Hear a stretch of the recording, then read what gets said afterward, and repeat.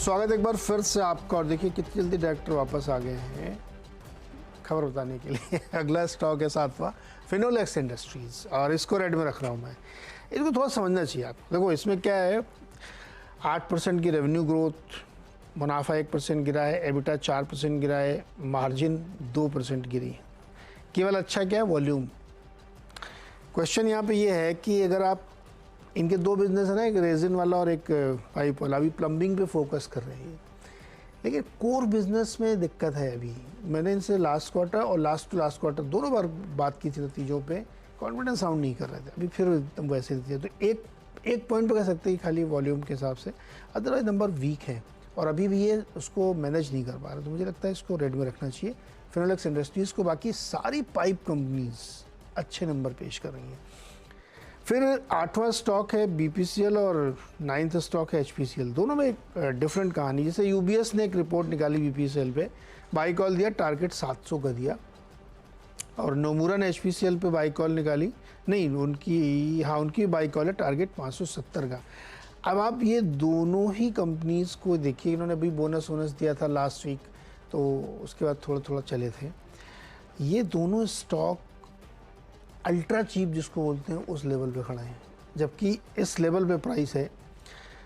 Market cap to sales में HPCL पता है आपको कितना है, 0.16, और बीपीसीएल शायद 0.27 के आसपास है। बहुत ही चीप वैल्यूएशंस पे दोनों स्टॉक अवेलेबल है, तो शायद इसीलिए यूबीएस और नोमुरा को ये पसंद आ रहे होंगे।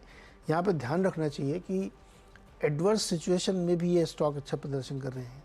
तेल के दाम बढ़ाने नहीं दिए जा रहे हैं इनको पिछले 1-1.5-2 साल से, और अभी जून तक कोई संभावना भी नहीं दिख रही है फिर भी, और $80-90 के क्रूड पे भी इन्होंने सस्टेन किया है।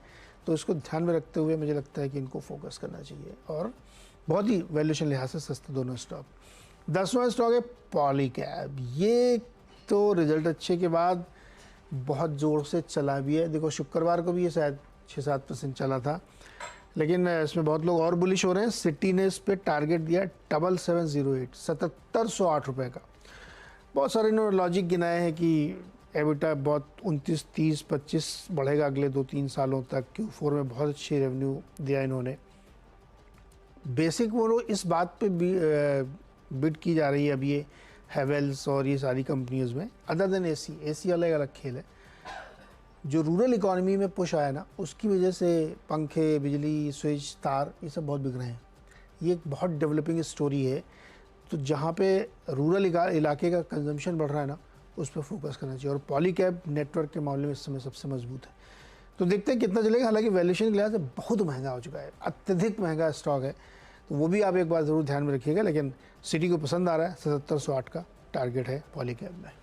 आखिरी के 4 स्टॉक्स भाई। पहले आईसीआईसीआई बैंक रखा तो मैंने लाल में।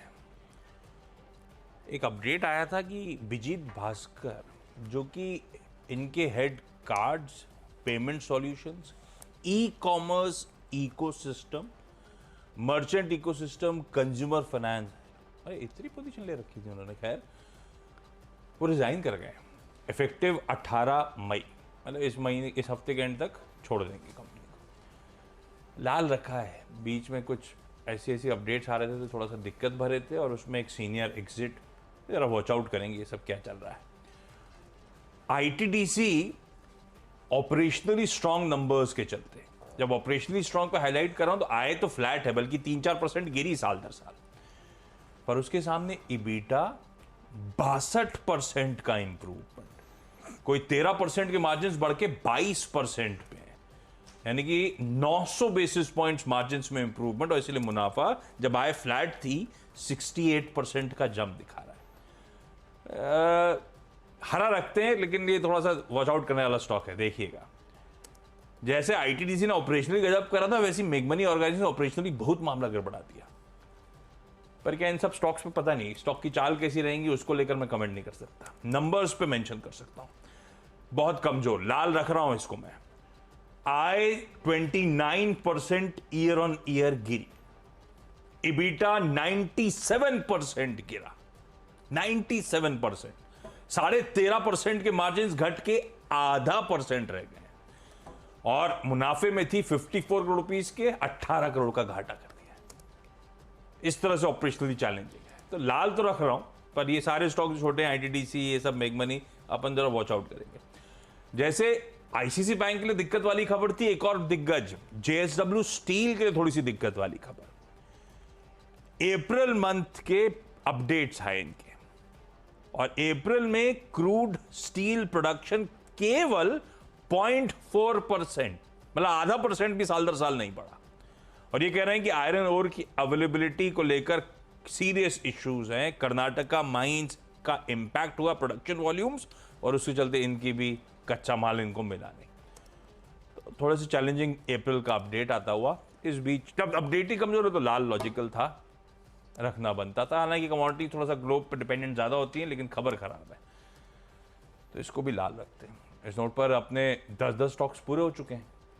एक छोटा सा ब्रेक लेंगे। ब्रेक के उस बाद जब लौट के आएंगे तो इन 10-10 की टीम्स का क्विक रैप अप।